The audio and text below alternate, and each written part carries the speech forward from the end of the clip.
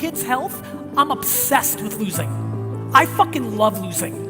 I love losing because I know exactly what you're thinking about my loss, and I can't wait to stick it in your fucking face when I come back. I remember once my grandma said that I was lazy because after 7 hours of fucking dragging wood in my parents' backyard, I was like, I need a break, because she's old school Russian gangster. And I remember laying there and her drilling me, and me thinking to myself, I'm gonna fucking stick it to you, grandma, like nobody's ever like I like losing. Like when the Yankees and Rangers won their championships, I stopped rooting for them. People like laugh at me like, you're a Jets fan? I love being a Jets fan. I'd hate being a Seahawks fan because you won, it's over, the climb's over. What are you fucking fearful of? Like your sister making fun of you because she's got a better job? Fuck her. That's my answer. Don't forget, my friends, you could be winning 28-0 at halftime and lose. So your older sibling that's got a great fucking job could be a crackhead next year. Could. Because he's had a whole facade the whole time fucking trying to suck your parents' dick, right?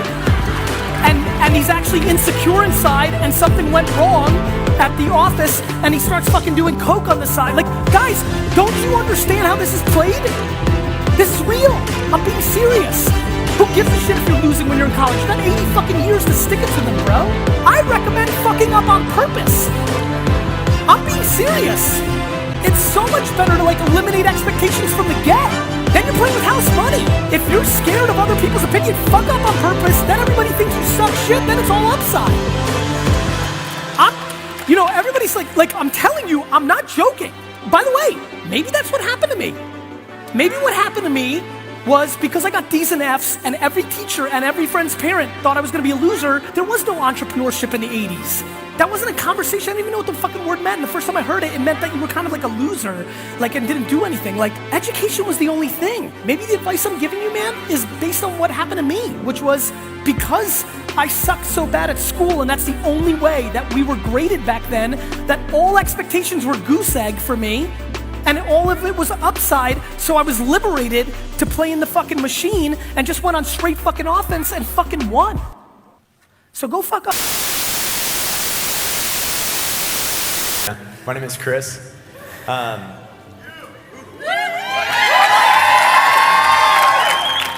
First of all, I'm in heaven sitting here listening to you. It's amazing. Thanks, I stumbled across your USC video a couple years ago, and I've just absorbed tons of your content. Thanks, brother. And I also think it's cool that my wife and I were in New York about a year and a half ago, and I sent a tweet at you asking if you wanted to go to the Knicks game. And I thought it was so cool that you actually responded. Like you say you do. Thanks, man. You sent a video. Thank you. Yeah, so it was cool. I appreciate it. Question that I've had for you, kind of in my head. And by the way, real quick, I apologize. Like, that to me is super important, especially for a lot of managers here. When a customer tweets anything about your business, to take the 13 seconds on the way to going taking a piss, to make a video and be like, thank you or I'm sorry, is so powerful. Like, I'm busy as fuck. Dudes in New York, like, you wanna come to the Knicks game? That's not the shit that you're supposed to be answering. But because I did, it builds a deeper relationship with us.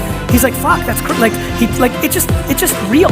Like, so, actually, I got something fun. While we're having this conversation, I want everybody to open up Instagram and go to Oprah Winfrey's account, @Oprah.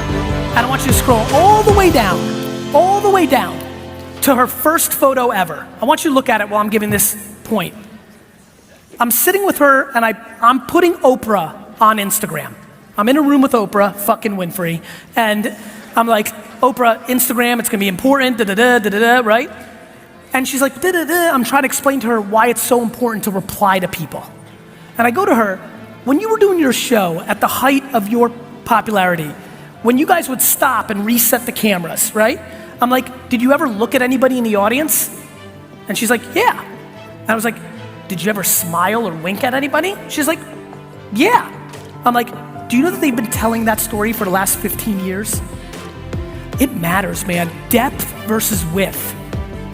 The way you get more customer count in your locations is by over-indexing on the ones that are coming in the first place.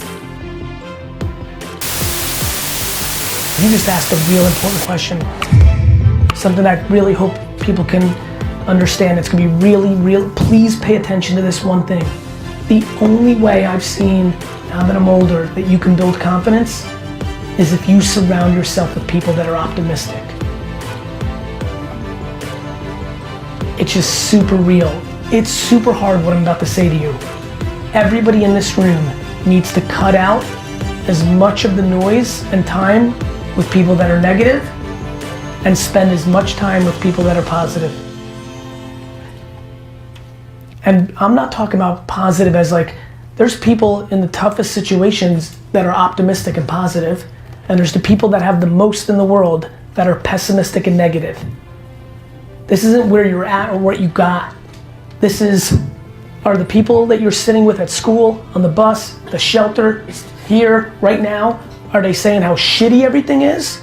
Or are they talking about how to get the fuck out? Get rid of everybody who says it's shitty, including family members. I'm not kidding. Doesn't mean run away from home and shit. Yeah, but kinda. There's only one way to build confidence, my guy. It's having people that are reinforcing good things to you. It's brainwashing shit, for real. You're so confident, so sure of yourself, but when you were just starting... My mom. Your mom? My mom. What'd she do for you? Everything? When I was 9 years old and opened the door for an elderly woman at a McDonald's, she reacted as if I won the Nobel Peace Prize. Good mom. What my mom did was super smart. She overreacted on everything that I was doing that was a good human trait, and she held me accountable for things that didn't matter, like grades. She didn't let me I got punished 4 times a year, every year, from the time I was in 3rd grade until my senior year of high school. Literally. I would get my report card, I would take it out of the mail and flush it down the toilet. This is true. Which would buy me a week. Then my sister finally broke down and would tell on me. I would be punished for 2 weeks, no TV, no Nintendo, and then we'd reset. My mom built huge self-esteem in me, and I feel like the biggest reason I am who I am today to everybody is because I feel so guilty and so grateful for what she did for me that I want to do it for everybody else, which is, guess what? You suck at a ton of shit. Good. So does everybody else. You're also probably pretty fucking rad at something.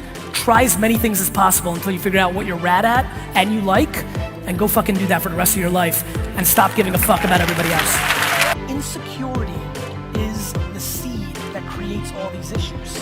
And so I'm trying to figure out why they didn't build self-esteem, who didn't build self-esteem, and the reason I bring up mom is like, Jesus, it's such a big percentage of it. Mom or dad is like 80% of it. It's just, I'm fascinated by it because I had the reverse.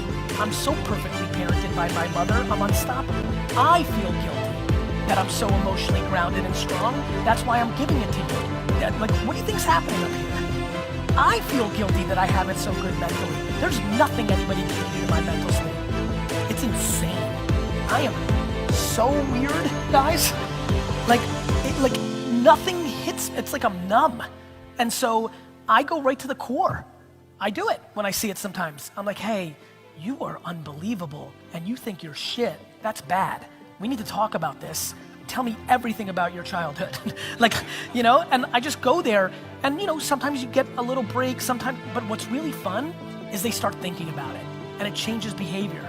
I get an email every day that says that they disconnected from somebody in their inner circle, and for the last 6 months, they're breathing for the first time in their lives. It is not easy to break up with your brother. It is not easy to break up with your spouse. It is not easy to break up with your father, but it's actually the binary move. If the